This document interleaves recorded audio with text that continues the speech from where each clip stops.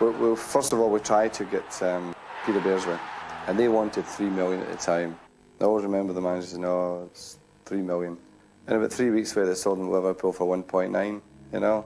I was angry at that, I really was angry. Peter Beardsley's career, once defined by creativity and skill, faced a turning point when allegations of misconduct surfaced during his coaching role with Newcastle United's under-23 squad. In 2019, the Football Association concluded its investigation and issued a 32-week ban. The findings determined that Beardsley had used racist and abusive language towards young players. This revelation shocked supporters who admired his playing legacy. The controversy overshadowed his contributions on the pitch. It also raised broader questions about conduct within youth football environments. The FA's disciplinary panel described the language used as obvious racist terms, leaving no ambiguity about the severity of the offence. Their detailed ruling emphasised that such behaviour was entirely unacceptable for someone in a position of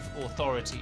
Newcastle United had already begun internal inquiries, which intensified public scrutiny. Many felt disappointed that a respected former player could breach professional and ethical standards. The case highlighted how damaging discriminatory remarks can be. It further underscored the FA's increasing commitment to policing inappropriate behaviour. Beardsley denied the allegations throughout the process, maintaining that he had not intended harm in any interactions with players. However, the FA's findings indicated that the evidence against him was strong and consistent.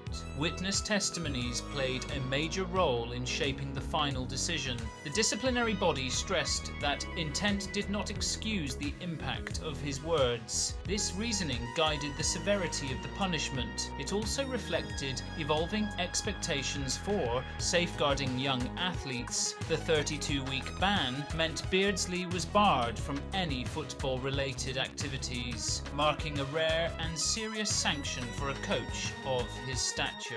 The ruling served as a message to the football community about accountability. Supporters, pundits, and former teammates reacted with a mix of shock and regret. Many acknowledged the significance of the outcome for affected players. The incident served as an inflection point for conversations about equality in sport. It also influenced how clubs approached internal oversight. In the aftermath, discussions grew about the broader culture within academies and youth development programs. Players from diverse backgrounds shared experiences that paralleled the concerns raised in the Beardsley investigation. This contributed to a growing movement demanding safer and more inclusive environments. Clubs were urged to reassess their policies and reporting mechanisms. The FA encouraged organisations to implement stronger education programmes. These efforts aimed to prevent future misconduct and encourage transparency. Although Beardsley's playing achievements remain part of football history, the controversy has become an inseparable part of his legacy. The case has been cited in debates about leadership responsibilities within sports institutions. It illustrated how reputations can shift dramatically due to off-field actions. The football world continues to grapple with lessons from the incident. Young athletes have since been given greater emphasis and protection,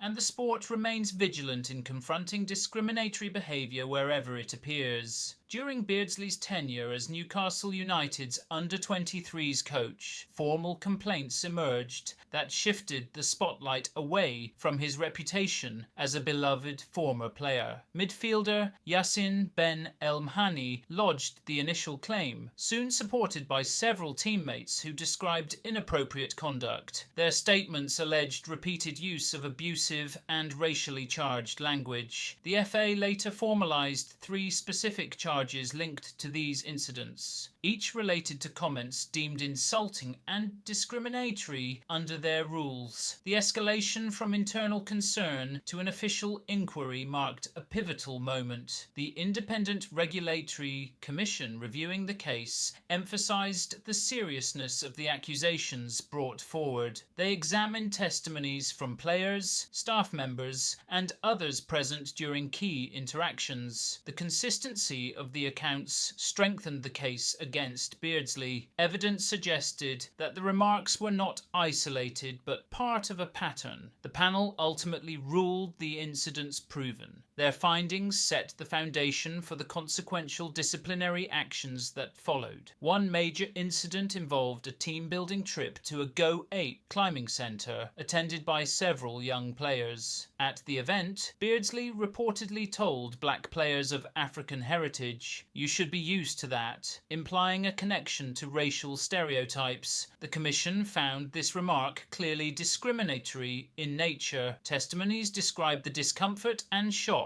experienced by those present. The panel concluded the comment met the standard for an aggravated breach. This incident played a significant role in shaping their decision. Another incident reviewed by the Commission included comments challenging the legitimacy of a black player's age. The FA determined this allegation to be supported by reliable testimony. The suggestion stemmed from a negative stereotype regarding African players and age fraud. Witnesses described the remark as demeaning and targeted. The regulatory panel highlighted how such statements can undermine trust and confidence. Their ruling stressed that the impact on the player was substantial. The FA's ruling described the remarks collectively as wholly unacceptable, reinforcing the organisation's stance against discriminatory language. While they found Beardsley guilty of the breaches, they made a nuanced distinction regarding intent. The panel stated they did not believe he harboured deep-seated racial animus. However, they also expressed serious reservations about his credibility during the investigation. This combination shaped the final framing of their judgment. The Commission emphasised that being not racist in intention does not negate harmful behaviour driven by stereotypes. They noted that individuals in positions of authority must be especially cautious with language. Their decision underscored the responsibilities of youth coaches working with diverse squads. The panel highlighted that perceived humour or casual remarks can still perpetuate discrimination. They stressed that the rules exist to protect players from such experiences. This interpretation influenced the severity of the sanctions imposed. The education course was included as part of the FA's broader approach to rehabilitation. They argued that awareness training could help prevent future incidents within coaching environments. The panel emphasised the need for cultural understanding in youth development settings. Such reforms were seen as critical to fostering inclusive academies. The ruling aimed both to hold individuals accountable and to encourage institutional improvement. It signalled a shift in how misconduct cases were addressed. Beardsley, however, firmly denied the allegations from the start of the inquiry. He expressed surprise and disappointment at the final decision. In public statements, he maintained that he had never intended to offend any player. His defence referenced years of working with footballers from various backgrounds. Supporters of his character highlighted his positive relationships with former teammates. These contrasting narratives contributed to ongoing public debate. Despite the ruling, Beardsley announced his desire to return to football after completing his ban. He expressed confidence that he could rebuild his reputation. His supporters hoped that time and education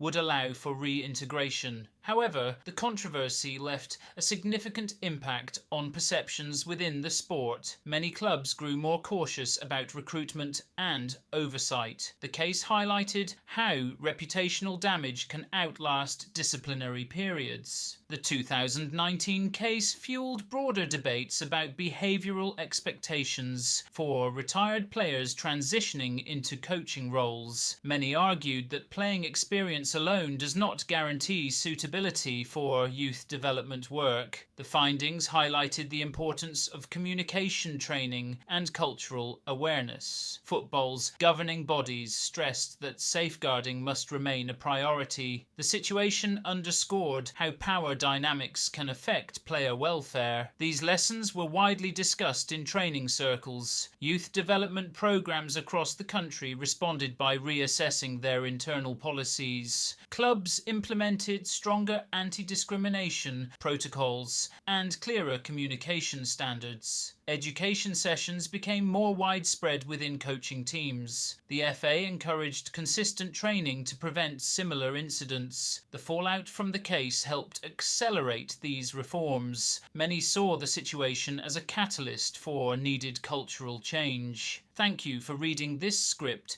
exploring the key elements of Peter Beardsley's controversy and its influence on modern football. If you found this helpful, informative, or engaging, your support means a lot. Please consider liking and sharing to help others discover this content. Don't forget to subscribe for more detailed breakdowns, sports analyses, and documentary-style script. Your engagement helps the channel grow and allows more stories like this to be told. Stay tuned for future episodes and discussions.